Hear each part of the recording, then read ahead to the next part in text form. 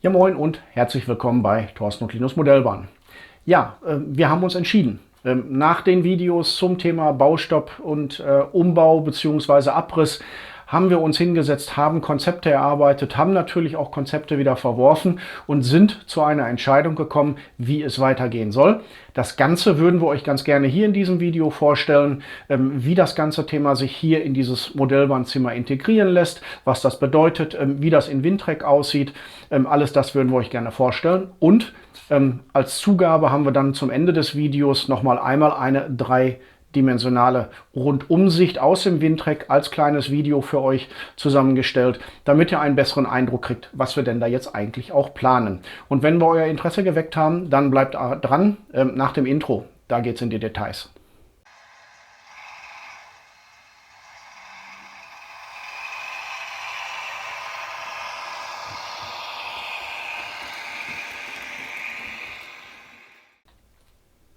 Ja, willkommen zurück zum Video und ja, zur Fragestellung, wie geht es jetzt eigentlich weiter? Und nach Baustopp und Abriss oder Umbauvideo haben wir uns jetzt letztendlich entschieden. Und für alle die von euch, die die Geschichte da zu dem ganzen Thema noch nicht kennen, warum Baustopp und wo die Probleme liegen, das Video oder die Videos dazu, die verlinke ich euch hier oben im Video selber und natürlich auch unten in der Videobeschreibung. Wenn ihr magt oder wenn ihr mögt, dürft ihr da gerne reinschauen, euch noch ein paar Hintergrundinfos holen. Aber wie gesagt, wir haben eine Entscheidung getroffen. Ja, wie schon gesagt, wir waren fleißig und haben Konzepte entworfen. Einige Konzepte mussten wir auch wieder verwerfen, weil sie hier einfach nicht gepasst haben. Aber grundsätzlich sind wir zu einem Ergebnis gekommen. Und ja, da geht es jetzt natürlich um die Frage Abriss oder Umbau. Trommelwirbel, Spannung. Ja, am Ende des Tages ist es gar nicht so dramatisch. Wir haben eine Entscheidung getroffen, eine rationale Entscheidung und eine halbwegs praktikable Lösung, glaube ich, gefunden.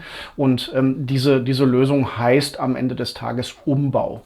So, und was werden wir da tun? Also wir haben uns dazu entschieden, hier den seitlichen Flügel zurückzubauen und auch den Punkt, also dieses Mittelteil zurückzubauen und dann entsprechend neu aufzusetzen, beziehungsweise diesen Bereich neu aufzusetzen und hier die Nebenbahn, die wir ja hier schon doch mit einiger Mühe schon erstellt haben, dann entsprechend zu erhalten. Wir haben natürlich auch darüber nachgedacht, hier wirklich einmal Tabula Rasa zu machen und alles wirklich zurückzubauen.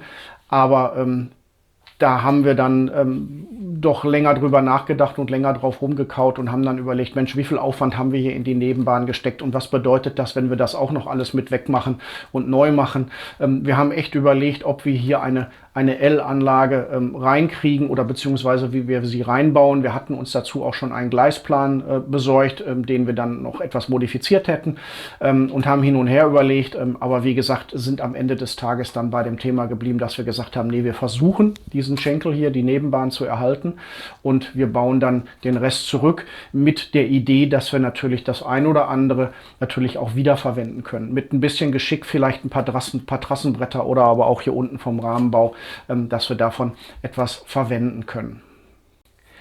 Ja, fangen wir einfach mal mit dem Anlagenkonzept an und eine grobe Skizze, wie sich das ganze Thema hier dann in dieses MOBA-Zimmer entsprechend integrieren wird.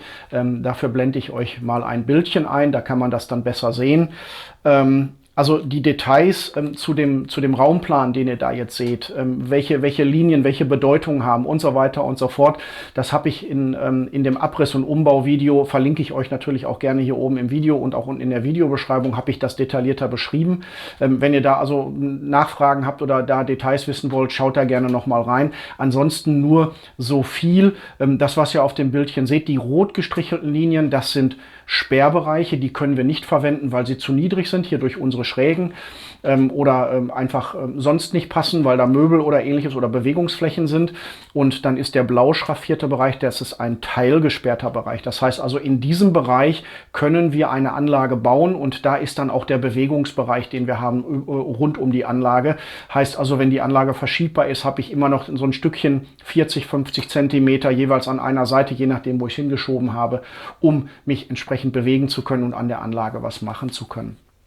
So, und das nur kurz zum Thema, wie der Plan zu lesen ist. Und dann haben wir innen drin in Violett quasi die Anlage entsprechend eingezeichnet. Und da gibt es ein paar Hauptabmessungen zu. Also die Gesamtbreite der Anlage beträgt jetzt also 3,70 Meter.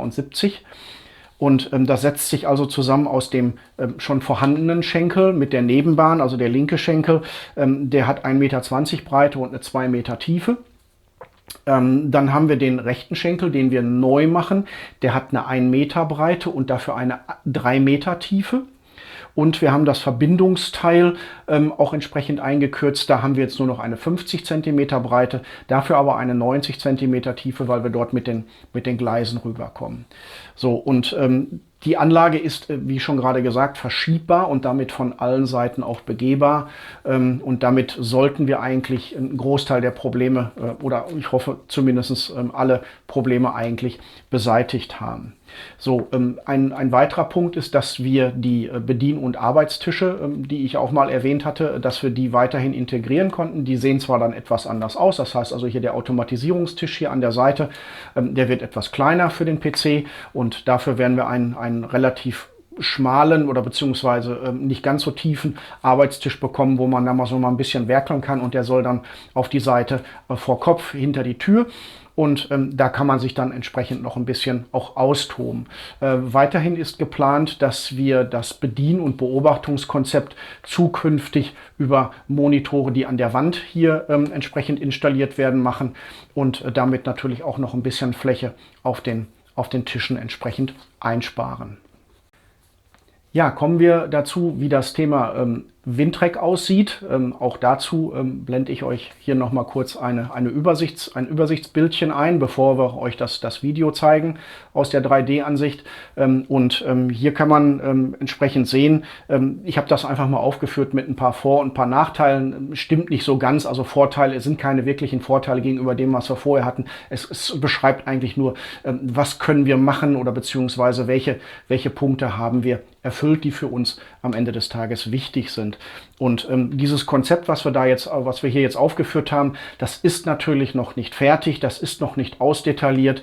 Da wird auch sicherlich der Gleisplan in dem einen oder anderen Punkt noch ausdetailliert werden. Wir haben uns das ganze Thema auch mit dem kleineren Betriebswerk oder auch mit der Güterverladung jetzt noch gar nicht im Detail angeguckt. Es ging jetzt erstmal nur wirklich darum, ein paar grobe Punkte, die für uns wichtig waren, um überhaupt zu sagen, dieses Konzept ist tragfähig oder nicht, dass wir die entsprechend abgehakt haben. Und die habe ich da jetzt mal auch aufgeführt. Heißt also, wir sind in der Lage, die Nebenbahn entsprechend wieder an den Hauptbahnhof auch anzubinden. Das war uns wichtig. Ja, das sieht man im hinteren Bereich, dass wir da den Bogen schlagen von der Nebenbahn oben zum Hauptbahnhof hin. Wir haben natürlich als Hauptpunkt, dass diese Nebenbahn überhaupt erhalten werden kann. Ne? Also das gehört natürlich auch mit dazu. Und dann haben wir zusätzlich für die Nebenbahn hinten im Eck haben wir einen kleinen Tunnelbereich geschaffen. Da ist quasi ein verstecktes Abstellgleis jetzt untergekommen. Das habe ich letztes Mal, fand ich eigentlich ganz pfiffig, in irgendeinem der Gleispläne, die bei Mises Mobile Center vorgestellt wurden, in einem der Videos, fand ich das ganz pfiffig, dass man sowas hat, dass man da einfach so einen Zug drin verschwinden lassen kann, der nirgendwo hinfährt eigentlich und quasi das als Abstellgleis benutzt.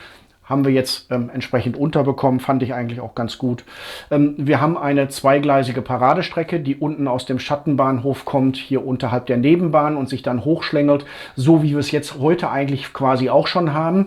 Allerdings nicht ganz so nett, nicht ganz so, ja, ich sag jetzt mal so toll. Auch die großen Radien konnten wir leider nicht mehr entsprechend unterbringen. Das gehört jetzt gleich so ein bisschen zu den Nachteilen, komme ich gleich noch zu. Aber definitiv haben wir eine zweigleisige Paradestrecke, das war uns wichtig. Und wir haben einen mittelgroßen Hauptbahnhof, wo wir also unseren Bahnhof Neupreußen auch noch halbwegs unterbringen können und der nicht einfach zu überdimensioniert aussieht. Und wir haben eine Zug- und Bahnsteiglänge, oder eine maximale Zug- und Bahnsteiglänge von 1,45 Meter, also 145 Zentimetern. Auch das war relativ wichtig, dass wir dort eine Zuggarnitur bestehend aus einer Lokomotive mit 4 Waggons unterbringen können. Und da braucht man diese Länge einfach auf dem Bahnsteig. Ansonsten hatte ich gerade schon kurz angesprochen, das ganze Thema Güterverladung und ein kleines BW findet also auf diesem Konzept auch noch Platz. Da haben wir im vorderen oder auch im hinteren Bereich noch ein klein wenig Platz. Muss das, wie gesagt, jetzt noch ausdetailliert werden. Dann ist das drin. Und wir haben unter dem Hauptbahnhof einen 4- bis 6-gleisigen Schattenbahnhof anordnen können. 4 Gleise, die, sage ich mal, auch so in den Bereich 1,20 Meter bis 1,40 Meter Gleislänge gehen, also für abstellbare Züge. Und dann haben wir noch einen weiteren Bereich, wo wir für kleinere Garnituren, für Triebwagen oder ähnliches 2 Abstellgleise und dann ein Überholgleis entsprechend vorsehen können. Ja, bei den Nachteilen hatte ich gerade schon kurz gesagt. Also wir mussten auf die großen Radien verzichten in den Bahnhofszufahrten. Also auch die schlanken Bogenweichen, die wir jetzt aktuell hier drin haben, die kriegen wir aktuell so nicht unter. Das funktioniert nicht. Das heißt, wir müssen auf die normalen Bogenweichen zurückgreifen. Das ist ein bisschen eng, aber ja gut, das, wie sagt man so schön, ein Tod muss man sterben. Das hat sich jetzt einfach so ergeben und das ist halt einfach so. Weiterer Nachteil ist, dass wir den hinteren Bereich, die Bahnhofsausfahrt, wo es in Richtung Schattenbahnhof runtergeht, jetzt nur noch eingleisig haben. Das ist halt auch den Platzverhältnissen geschuldet. Wir haben nur noch eine Breite von 1 Meter auf dem Schenkel hier vorne. Das ist ein bisschen sehr dünn. Das hätte ich mir sicherlich auch gerne noch etwas anders gewünscht. Aber wir haben hier durch die Nebenbahn ist mit 1,20 Meter Schenkelbreite jetzt schon vordefiniert. Das sind dann 20 Zentimeter, die uns auf der Seite fehlen. Da hätten wir sicherlich noch was machen können. Aber auch da, wie gesagt, es ist aktuell ein Kompromiss, um den Nebenbahnbereich nicht jetzt auch komplett wegschmeißen zu müssen. Ja, und das nächste, was ich euch dann zeigen kann, ist quasi das kurze Video für die 3D-Ansicht das blenden wir jetzt mal eben ein.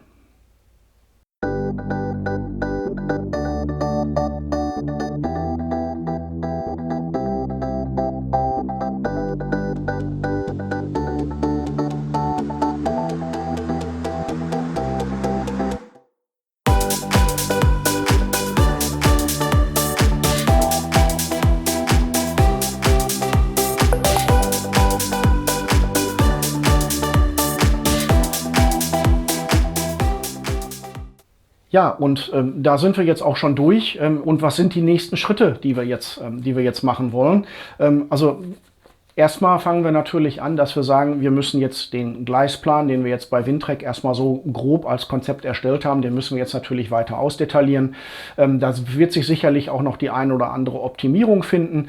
Vielleicht verändern wir auch noch ein klein wenig was. Das müssen wir mal schauen. Wir gucken uns an, wie gesagt, schon mit dem BW oder aber auch mit einer Güterverladung, die wir da vielleicht noch unterbringen.